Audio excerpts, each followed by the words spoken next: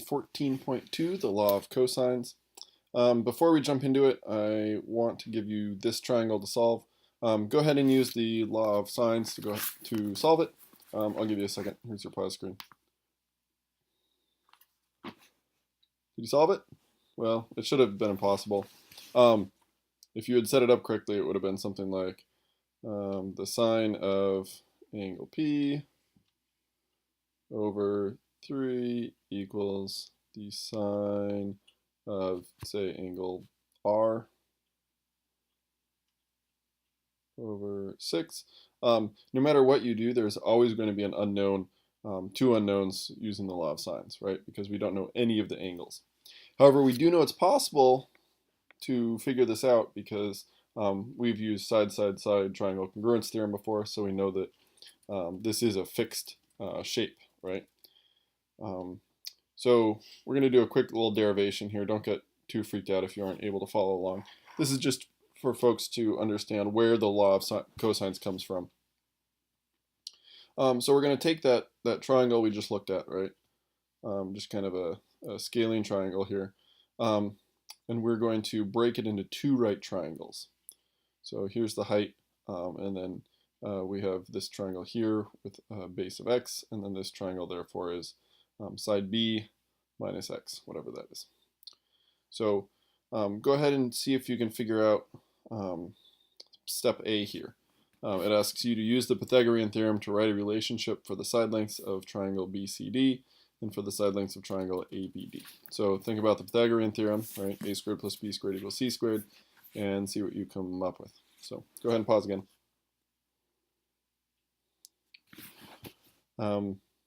You should have gotten something kind of like this, where you have this side squared plus this side squared equals this side squared, right? And then finally this side squared plus this side squared equals this side squared. So x squared plus h squared equals c squared in this case. This one's a little weird. We have b minus x squared. So what we're going to do is we're going to distribute this out.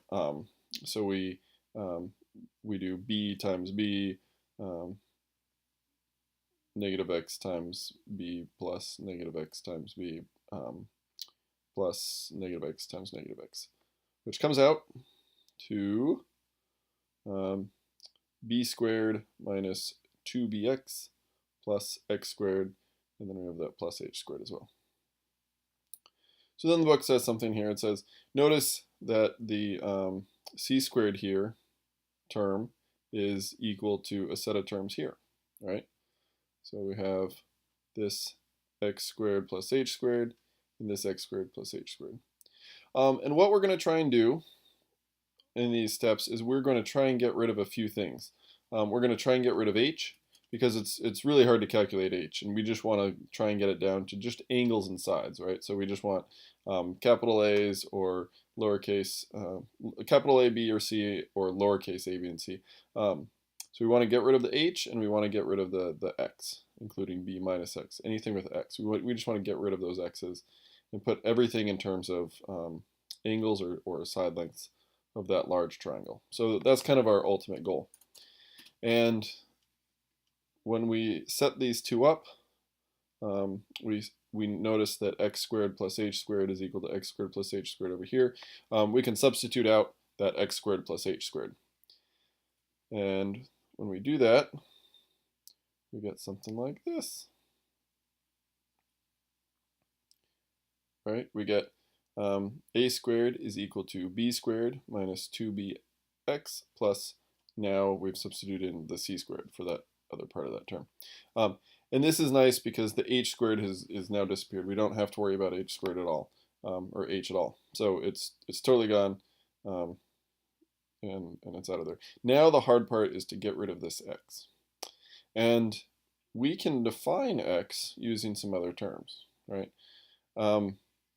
If we look at this guy, we say that we can define x using angle A and the hypotenuse C here, right? And we can do that using cosine. We don't want to use tangent, and we don't want to use sine, because sine doesn't have, I guess we could use sine of B, but angle B is much larger than that.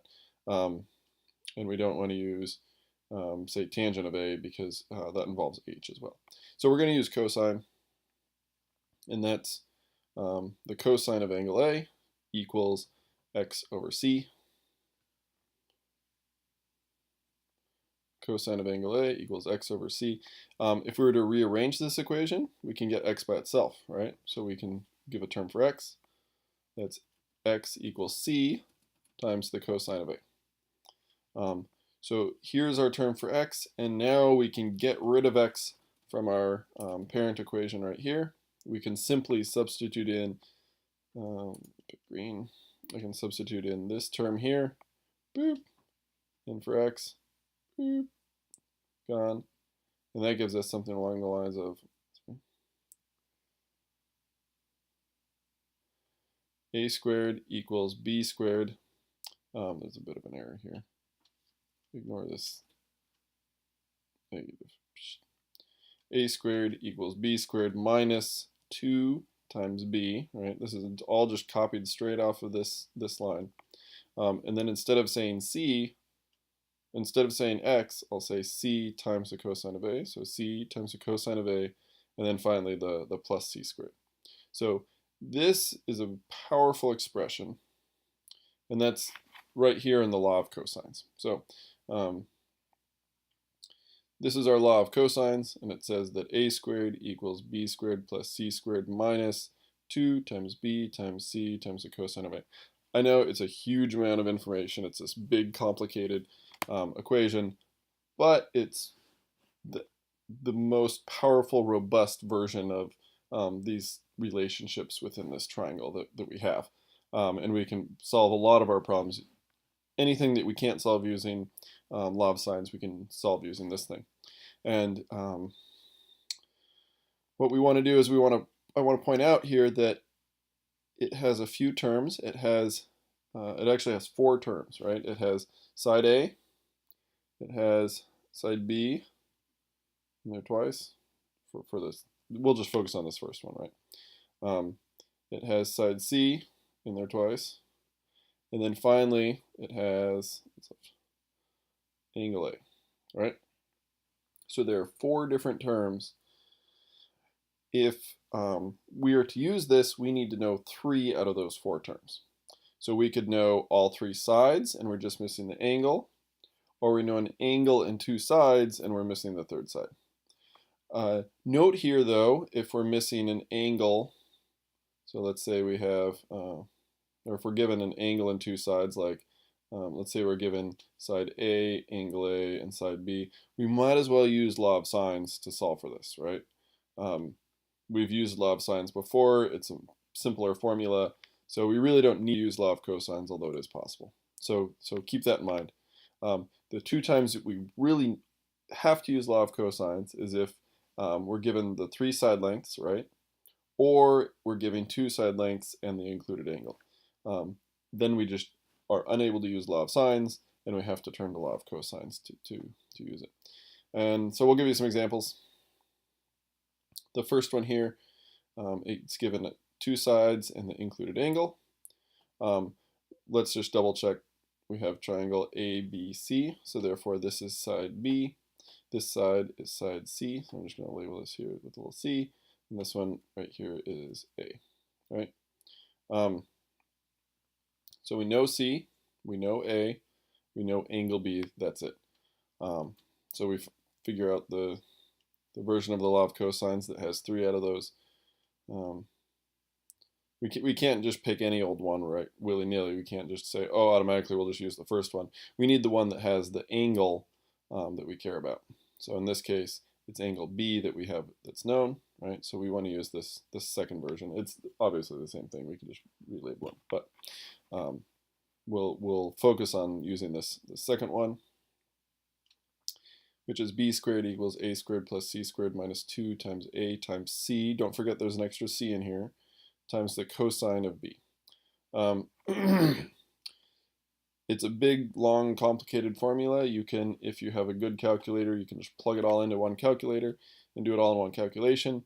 You may find, especially if you're using just a cell phone style calculator that you want to do it in some steps, right? So 7 squared, you can think of that as 49 plus 25.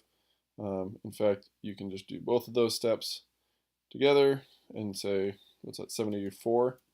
So you can say 74 minus this thing. Again, multiplication is transitive, so we can do 2 times 5 times 7 and just say that's 70 times the cosine of 100.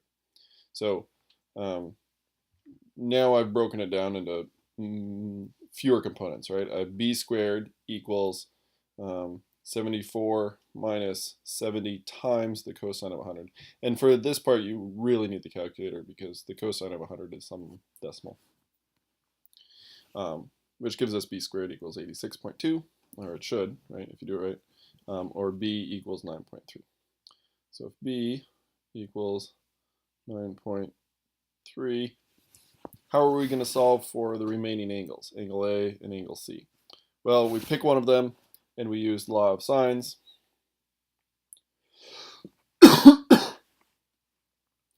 You've done law of sines before. You set up your ratios. We have 3 knowns. We plug in our knowns, A, B, and angle B. And then we just solve for our unknown, right? Use inverse sine to figure out what angle A is. And double check to make sure that angle A is acute here. 47.8 gives us angle A. And then finally, we can just use the triangle sum theorem to calculate angle C with subtraction. Hooray. So we'll do one more example. This one's a side example. So therefore, we're going to use the law of cosines. I'm going to go ahead and label these ones again. This is side A. This is side C. This is side B. So we can use any of these formula we want. Again, it just depends on which angle we want to calculate first. I think the book has us calculate angle C, yeah. So they'll use the third one, but you could use any of them.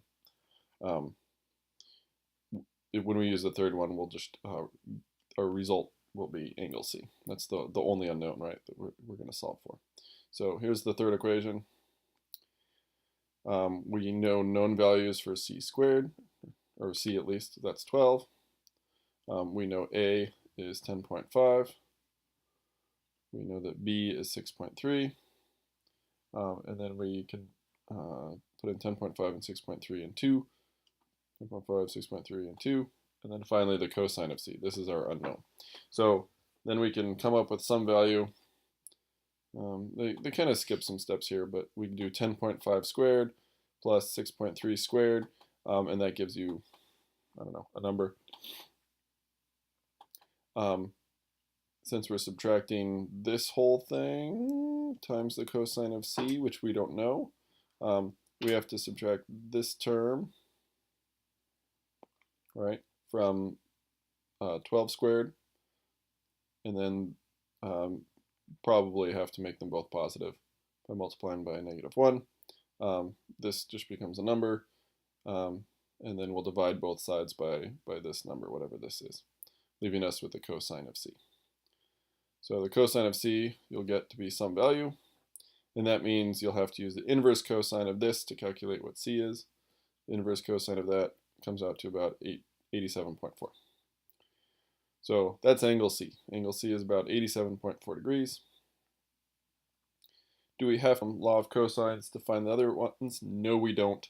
The book gets a little happy here with the law of cosines, but feel free to use the law of sines. I'll just give you the answers here. It makes more sense in my mind to use the law of sines once we have an angle and the opposite side, because the law of sines is simpler. And then finally, by the time we have 2 angles, the missing angle is pretty elementary. So we have a few more examples here. I'll go ahead and pause here, see if you guys can work through these.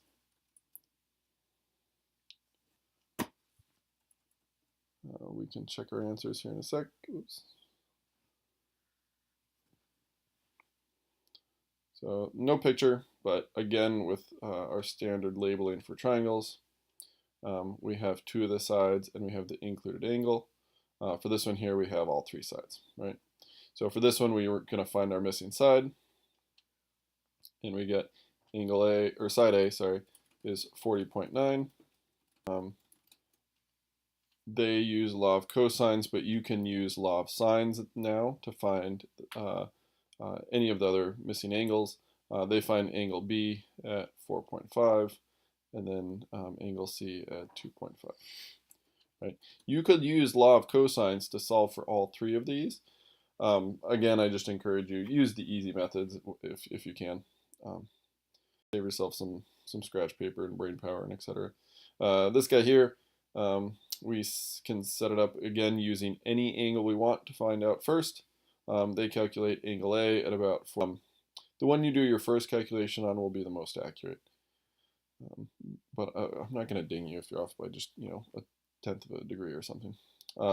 Angle B is 55.6, and that leaves angle C at 81.0. So good job if you got all those right. The last thing I'm not going to go into detail on, it's just explained to in your book. You may want to take a look at it. It's actually pretty useful. It's kind of a laundry list of ways to look at word problems. So if you ever have trouble with word problems, you may want to look at this. It kind of goes through a few of the ways to kind of break down a word problem and calculate it. But we're not going to go into any detail on that. So yeah, sounds good. See you guys next time.